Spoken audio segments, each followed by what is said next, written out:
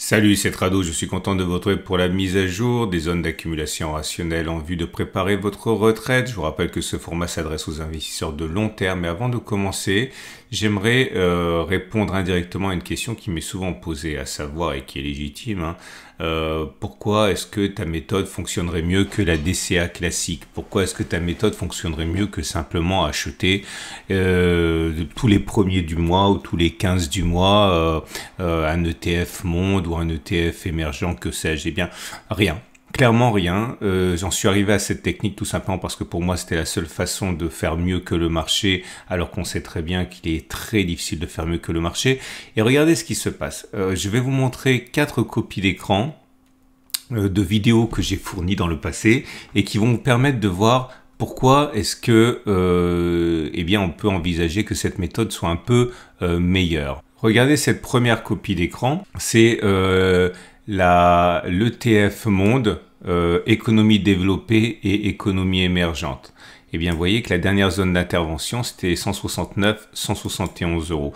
Or, si on regarde où on en est actuellement, la zone d'accumulation rationnelle était ici et on est actuellement là. La zone d'accumulation rationnelle a été touchée le 23 octobre. Ok, si on regarde la précédente image. Or, qu'est-ce qui pouvait nous inciter à acheter le 23 octobre? Sûrement pas une DCA classique. Et regardez depuis le chemin qui a été parcouru. Ok, je vous donne un autre exemple. Voici la zone d'accumulation rationnelle sur le Nasdaq. Ok, 15 200, 14 550. C'était la semaine du 30 octobre. Il n'y avait aucune raison a priori que l'on investisse le 30 octobre sur cette zone. Regardez où nous en sommes actuellement sur le Nasdaq. On sait la performance que la Nasdaq a réalisée en fin d'année. On est à plus 24%. Je continue. Regardez ici les obligations d'entreprise internationale. La zone d'accumulation rationnelle qui nous a intéressé le plus récemment, c'était 23,524 euros. Et regardez où nous en sommes maintenant. Ici, tout là-haut, avec une progression depuis cette date-là de 7%. Bon, attention, c'est des obligations, donc c'est forcément moins impressionnant. Mais je peux continuer comme ça indéfiniment. Je n'ai absolument aucune preuve que ma technique soit meilleure. Regardez, les technologies de l'information et l'Internet, dernière zone d'accumulation rationnelle, c'était 60-63. Or, regardez où on en est maintenant.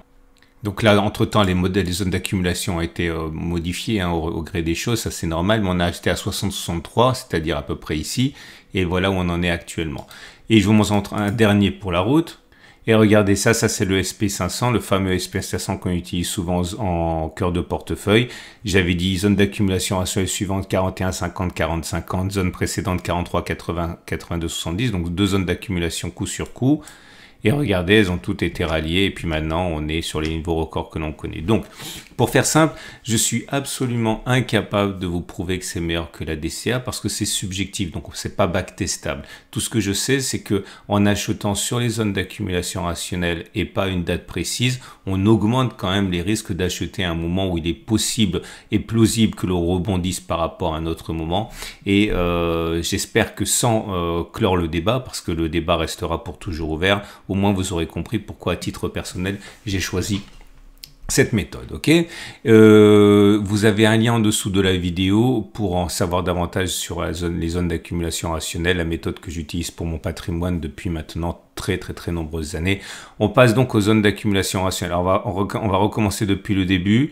Donc l'Amundi Monde, si vous voulez mettre en cœur de portefeuille l'ETF Monde avec 23 pays développés, on n'est pas en zone d'accumulation rationnelle. Prochaine zone d'accumulation rationnelle, un retour sur les 440, 430. Si vous voulez mettre en portefeuille l'ETF Monde 23 économies développées et 24 émergents, c'est pareil, on n'est pas on n'est pas en zone d'accumulation rationnelle. Prochaine zone d'accumulation rationnelle, retour sur 185, 180, voire 177, 176. Ce troisième ETF monde qui inclut également les mid caps, les moyennes capitalisations, n'est pas en zone d'accumulation rationnelle. La précédente c'était 63, 61. Maintenant il faut attendre un retour sur 67, 67. Le Vanguard qui est un produit tout en un avec des actions, des obligations, des bons du trésor. On n'est pas en zone d'accumulation rationnelle. Prochaine zone d'accumulation rationnelle, un retour sur 25,5, 27,2. Alors, c'est pas un ETF, c'est simplement l'indice l'indice monde sans les États-Unis. On voit le rôle des États-Unis dans les records qui sont effectués. On n'est pas en zone d'accumulation rationnelle. Zone d'accumulation rationnelle, un retour sur 47,3, 45,3. Ça, c'est pour ceux qui veulent acheter ça. Un ETF sans les US et mettre à côté du SP500. L'Eurostock 600 n'est pas en zone d'accumulation rationnelle non plus. Il l'était, mais il l'est plus.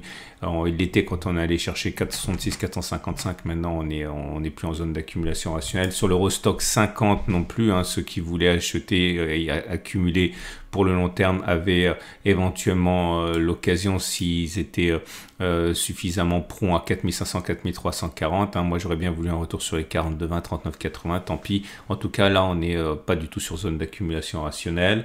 Le SP500 dont on parlait tout à l'heure et qui a permis d'être accumulé préalablement n'est plus en zone d'accumulation rationnelle sur des records historiques. Prochaine zone d'accumulation rationnelle, un retour sur la 46,00, 45,30.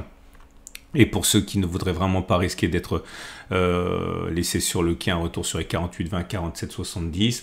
Pour ceux qui veulent acheter du Nasdaq pour le mettre en cœur de portefeuille, on n'est pas en zone d'accumulation rationnelle. Zone d'accumulation rationnelle, un retour sur les 16, 775, 820.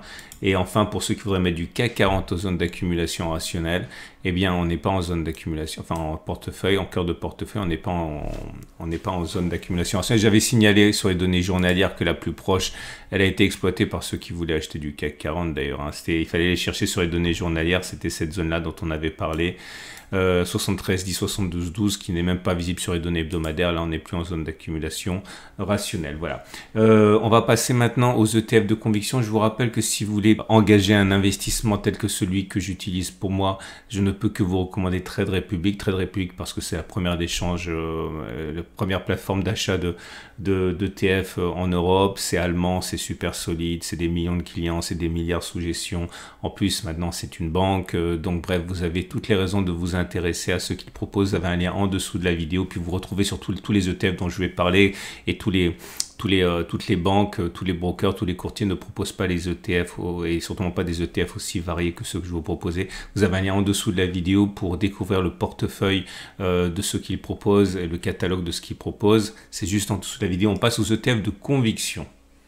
Je vous rappelle que je ne parle ici que des ETF de conviction qui sont sur zone d'accumulation rationnelle. Les autres ne sont mentionnés que dans les autres vidéos lorsque justement ces zones d'accumulation sont là. Et premier ETF en zone d'accumulation rationnelle, un ETF Chine. La Chine qui a réagi au dernier moment cette semaine pour acter la décision du gouvernement d'effectuer un plan de soutien à la bourse. On est toujours sur zone d'accumulation rationnelle. Peut-être qu'on a fait les plus bas, on n'en sait rien. En tout cas, cet ETF est en zone d'accumulation rationnelle. Les métaux physiques précieux, donc zone d'accumulation rationnelle pour l'or, l'argent et les platinoïdes, 113, 122 euros. Troisième ETF en zone d'accumulation rationnelle, l'agriculture, avec une zone d'accumulation actuelle à 11,6, 12,2. Le Russell, donc les petites capitalisations américaines, ah non, je me suis trompé en fait, il était en zone d'accumulation rationnelle la semaine dernière, j'ai oublié de l'enlever, on n'est plus en zone d'accumulation rationnelle. Les nouvelles énergies en zone d'accumulation rationnelle actuellement à 26, 24,4. L'Indonésie en zone d'accumulation rationnelle. Alors, on n'y est plus vraiment, mais on risque d'y retourner. On l'a touché aujourd'hui, cette semaine. Donc, zone d'accumulation rationnelle à 133, 127 euros. Ensuite, les boissons et les biens de l'alimentation en zone d'accumulation rationnelle à 133, 125 euros. Un ETF iShares, celui-là est spécialisé dans les véhicules électriques. Alors, bon, on a rebondi un petit peu, mais il y a des chances pour qu'on y retourne à cause de Tesla qui a annoncé des résultats qui étaient un petit peu... on va dire mitigé, donc je l'ai fait figurer quand même à 6,46 euros. On passe maintenant à cette ETF, on passe aux émergents en fait.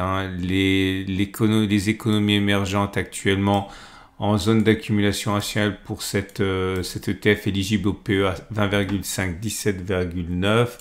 Pareil, mais pour les économies asiatiques en zone d'accumulation rationnelle actuellement à 21,2, 18,9.